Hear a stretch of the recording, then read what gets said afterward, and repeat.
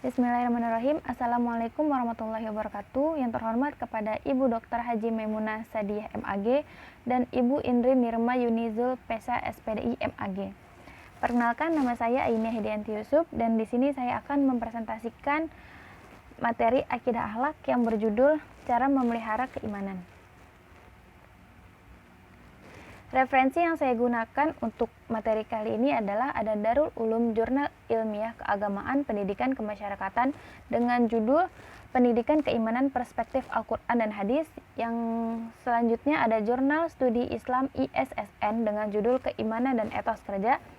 Selanjutnya ada Skripsi Sri Hartutik Hubungan Antara School Culture dengan nilai-nilai keimanan dan ketakwaan peserta didik di MTS Miftahul Huda, Bulung Kulon, Jekulo, Kudus.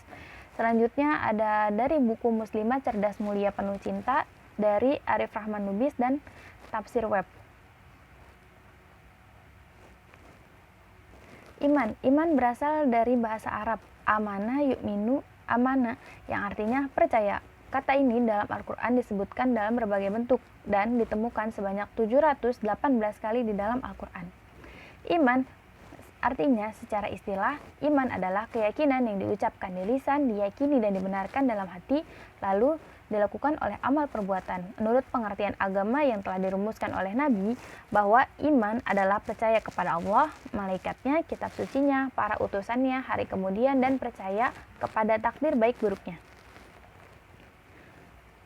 Ada hadis yang mengatakan, Musaddad berkata kepada kami, Ismail bin Ibrahim berkata kepada kami, Abu Hayyan At-Taimiyu memberitahu kami, dari Abi Zuhrah, dari Abi Hurairah berkata, Nabi SAW suatu hari di tengah-tengah para sahabatnya, maka ia didatangi oleh Jibril dan berkata, apakah iman itu? Rasulullah menjawab, iman adalah engkau percaya kepada Allah, malaikatnya, kitab-kitabnya, percaya hari perjumpaan dengannya, rasul-rasulnya, dan engkau percaya adanya kebangkitan.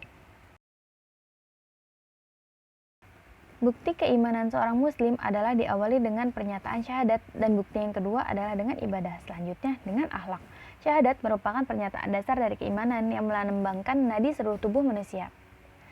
Dalam firman Allah, Quran Surat Al-An'am ayat 161 yang berbunyi, A'udzubillahi minasyaitonirrajim. Bismillahirrahmanirrahim.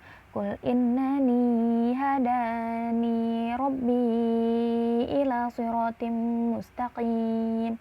Dinan qiyaman millata Ibrahim hanifa wa ma kana minal musyrikin. Yang artinya, katakanlah sesungguhnya aku telah ditunjuki oleh Tuhanku kepada jalan yang lurus, yaitu agama yang benar, agama Ibrahim yang lurus, dan Ibrahim itu bukanlah termasuk orang-orang musyrik. Tafsir Jalalain menyebutkan, katakanlah sesungguhnya aku telah ditunjuki oleh Tuhan kepada jalan yang lurus, kemudian dijadikan badal, yaitu agama yang benar, agama yang lurus, agama Ibrahim yang lurus, dan Ibrahim itu bukanlah termasuk orang-orang yang musyrik. Tafsir Ibnu Katsir menyebutkan dinan qiyaman, yakni agama yang benar, maksudnya adalah berdiri tegak dan kokoh. Millata Ibrahim hanifa wa ma kana minal musyrikin. Agama Ibrahim yang lurus, dan Ibrahim itu bukanlah termasuk orang-orang yang musyrik. Tafsir Al-Muyassar Kementerian Agama Arab Saudi Arabia menjelaskan, Allah memerintahkan Rasulullah untuk menyampaikan, Allah telah mengaruniakan kepadaku petunjuk agama Islam dan mengajarkan agama yang lurus, yaitu agama ayah kami Ibrahim. Itu merupakan agama yang lurus dan teguh di atas ketauhidan, dan Ibrahim bukanlah termasuk orang-orang yang menyatukan Allah dengan selainnya. Anggota tubuh manusia tidak berfungsi sebagai seorang manusia yang hidup kalau nyawanya telah tiada, dan Allah lah yang berperan menyiapkan ruh. Untuk menyiapkan ibadah seseorang muslim tidak akan bernilai jika bukan karena Allah ibarat yang menanam benih di dalamnya. Sebagaimana Allah berfirman dalam Quran Surat Al-An'am ayat 162, A'udzubillahi minasyaitonirrajim. Bismillahirrahmanirrahim.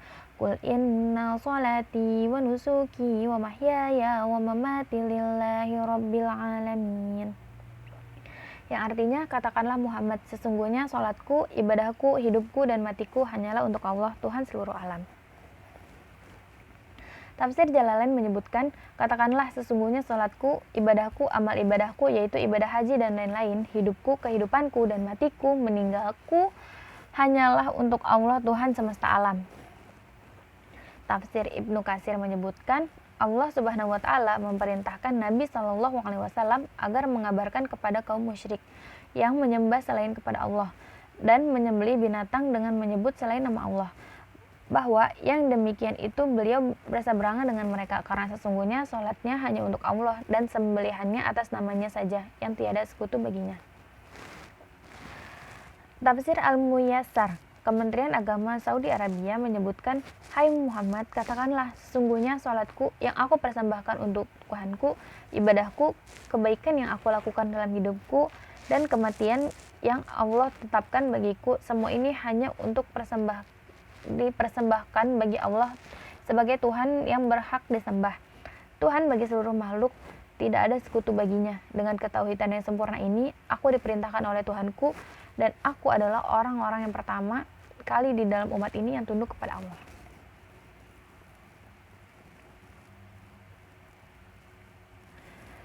Dan selanjutnya pun anggota tubuh manusia tidak berfungsi sebagai manusia yang hidup kalau nyawanya telah tiada.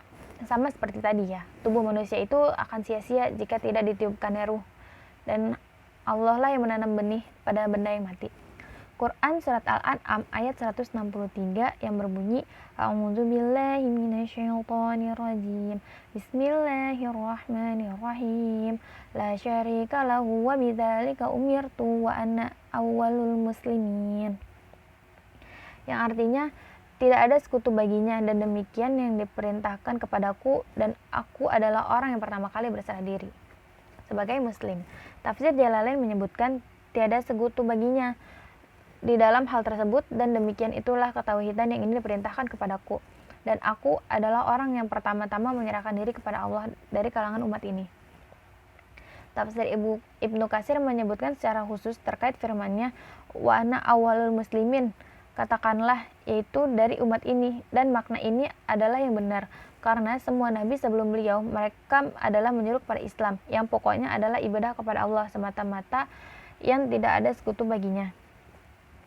Tafsir Al-Muyassar, Kementerian Agama Saudi Arabia, tidak ada sekutu baginya, yakni aku mempersekutukannya dalam sholat, berkurban, hidup dan mati dengan sembahan lainnya. Dan aku adalah orang yang pertama-tama menyerahkan diri, yakni orang Islam pertama kali dalam umatnya.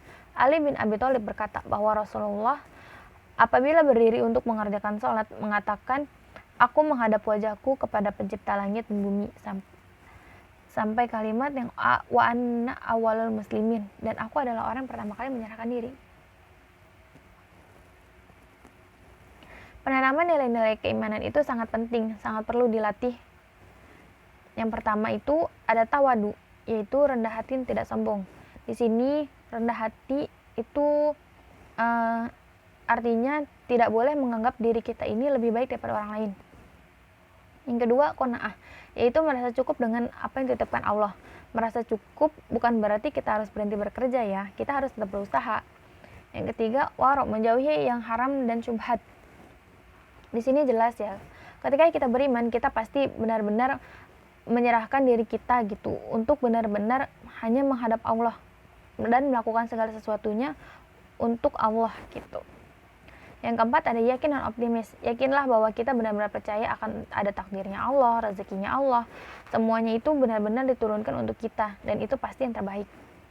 Selagi diimbangi dengan usaha dan berdoa. Cara memelihara keimanan, di sini akan saya sebutkan beberapa. Yang pertama, ada menjaga hubungan dengan Allah. Hablum minallah. Bisa dilakukan dengan cara melaksanakan ibadah wajib dan sunnah, meninggalkan apa yang dilarang Allah, selalu ingat kepada Allah. Balik lagi tadi ya, meninggalkan yang waro itu. Yang kedua, ada menjaga hubungan dengan sesama manusia. Hablum minannas. Di sini ada beberapa caranya, yaitu hidup bermanfaat bagi diri sendiri dan orang lain, komitmen dan konsekuen pada kebenaran atau keadilan, memegang teguh janji, tolong-menolong, mempererat silaturahmi. Yang ketiga ada hubungan dengan diri sendiri, sabar pada ketentuan Allah, meningkatkan ilmu, berusaha dan berdoa, berani kompetitif dan ingin maju, memelihara makanan dan bergizi, pandai berterima kasih dan bersyukur. Yang keempat, ada hubungan dengan lingkungan hidup.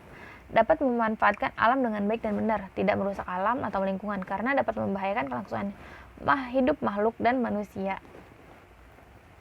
Keimanan. Kisah yang akan saya bawakan ini berjudul Keajaiban Doa Hafizul Quran. Nah, bismillah teman-teman, di sini saya akan menceritakan sebuah kisah doa Hafizul Quran.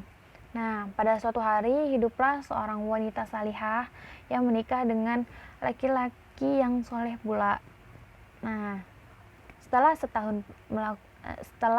setahun usia pernikahan mereka dikaruniai seorang anak perempuan yang bernama Asma. Nah, ketika Asma berusia 4 tahun, mereka itu ceritanya mau jalan-jalan, tapi ternyata di tengah jalan mereka mengalami kecelakaan yang cukup parah. Hingga akhirnya ayah Asma ini mengalami kerusakan otak yang divonis dokter itu sebesar 95% otaknya itu rusak.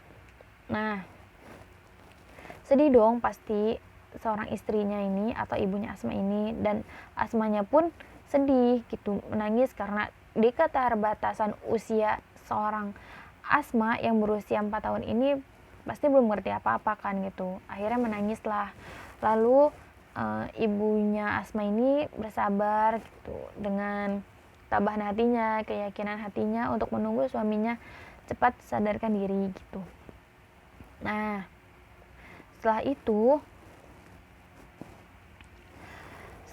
ibunya Asma ini berjuang sendirian gitu. Terus akhirnya Asma disekolahkan di sekolah hafiz yang benar-benar sekolahnya itu untuk menghafal Al-Quran gitu.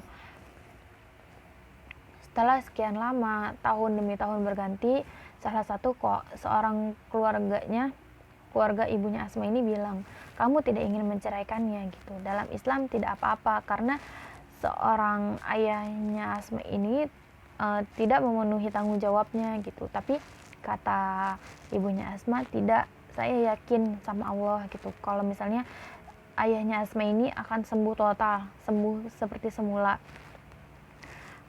Setelah itu seiring berjalannya waktu terus menerus, Asma pun lebih tumbuh menjadi lebih dewasa lagi, lebih cantik lagi, hingga pada suatu ketika Asma berusia 19 tahun, akhirnya saat yang ditunggu-tunggu itu tiba, karena seorang ayah itu bangkit dari komanya setelah 15 tahun lamanya. Dan apa gitu, kenapa bisa bangkit lagi? Apa dengan dokter atau apa? Ya mungkin dokter hanya bismillah gitu ya, cara Allah untuk membantu memulihkannya. Tapi di balik itu semua ternyata ada doa seorang istri salihah dan anak yang salihah. Nah, seorang anak ini itu dikisahkan dia tuh selalu melakukan sholat malam, selalu membacakan Quran di samping ayahnya. Hingga suatu ketika di suatu malam sebelum ayahnya itu bangun dari komanya, Asma ini membacakan surat Al-Baqarah di samping ayahnya. Lalu sholat malam, ketika sholat malam yang saat itu Asma tuh benar-benar merasakan kantuk yang luar biasa, Asma mendengar suara yang berbisik seperti ini. Hei, bangun, masih sempat-sempatnya kamu tertidur di saat doa waktu mustajab ini gitu, di saat waktu untuk berdoa, waktu yang mustajab gitu. Nah, di situ Asma bangkit lagi gitu, kembali segar, dan ternyata Masya Allah setelah menyelesaikan sholat subuhnya, Asma melihat ayahnya terbangun. Nah, di sini bisa diambil ya, bisa ditarik kesimpulan kalau pesan moralnya dari semua yang sudah saya sampaikan dari materi sampai ke kisahnya ini. Yang pertama, keimanan itu perlu dibuktikan dengan keyakinan yang memang tidak hanya di mulut, di hati, dan harus pula diaplikasikan gitu. Di sini terlihat banget bagaimana seorang istri solehah, ibunya seorang Asma, dan anak solihah, yaitu si Asmanya sendiri, yang bagaimana betapa yakinnya kepada Allah. La yukallifullahu nafsan illa usaha. Allah tidak akan memberikan cobaan yang berat kepada hambanya gitu. Ketika Allah memberikan cobaan, pasti hambanya itu pasti mampu melewati itu semua gitu. Dan itu terbukti karena tidak tidak menyerah gitu, dengan tidak menyerah begitu saja, tetap mendoakannya di sepertiga malamnya, tetap membawakan ayat-ayat suci Al-Quran, diperdengarkannya ayahnya gitu. Lanjut ke tadi iman itu harus benar-benar dibuktikan kan. Terus yang kedua itu positif, yakin positif kalau misalnya ayahnya itu pasti bisa sembuh total gitu, kembali ke keadaan semula. Mungkin itu yang bisa saya sebutkan. Kita lanjut ke kesimpulan. Kesimpulan di sini, iman ialah keyakinan yang penuh dibenarkan oleh hati, diucapkan oleh lisan, dan diwujudkan oleh amal perbuatan. Terbukti ya tadi pada kisah Asma tadi, terdapat pesan moral yang iman benar-benar dibuktikannya. Lalu yakinnya gitu terhadap Allah bahwa seorang ayahnya ini akan kembali sehat seperti semula. Mungkin satu lagi keistiqomahan ya melalui keyakinan itu sendiri sih. Kembali lagi bagaimana keyakinan kita, percaya kita, karena pada dasarnya pun iman itu benar-benar berarti percaya gitu, dan percaya itu nggak cuma di mulut tapi harus dilakukan dengan ibadahnya, dibuktikannya, lalu dilakukan oleh amal perbuatan. Penanaman keimanan perlu dicoba, dilatih, diterapkan, dan dibiasakan dengan cara tawadu, qanaah, waro, dan yakin. Dan terakhir ada cara memelihara keimanan, yaitu hablum minallah, hablum minannas. Menjaga hubungan diri sendiri itu di sini bisa berarti dengan introspeksi diri gitu, dan terus melatih diri ini menjadi lebih baik. Dan yang terakhir itu ada hubungan dengan lingkungan. Sekian presentasi yang bisa saya sampaikan, kurang lebihnya mohon maaf. Wassalamualaikum warahmatullahi wabarakatuh.